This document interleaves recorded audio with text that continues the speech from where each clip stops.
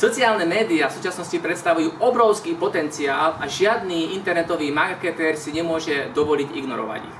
V podstate existujú dve skupiny používateľov. Na jednej strane sú bežní ľudia, ktorí si vytvárajú svoje profily, vkladajú tam svoje fotografie z dovoleniek, zdieľajú svoje príbehy, komunikujú, spájajú sa.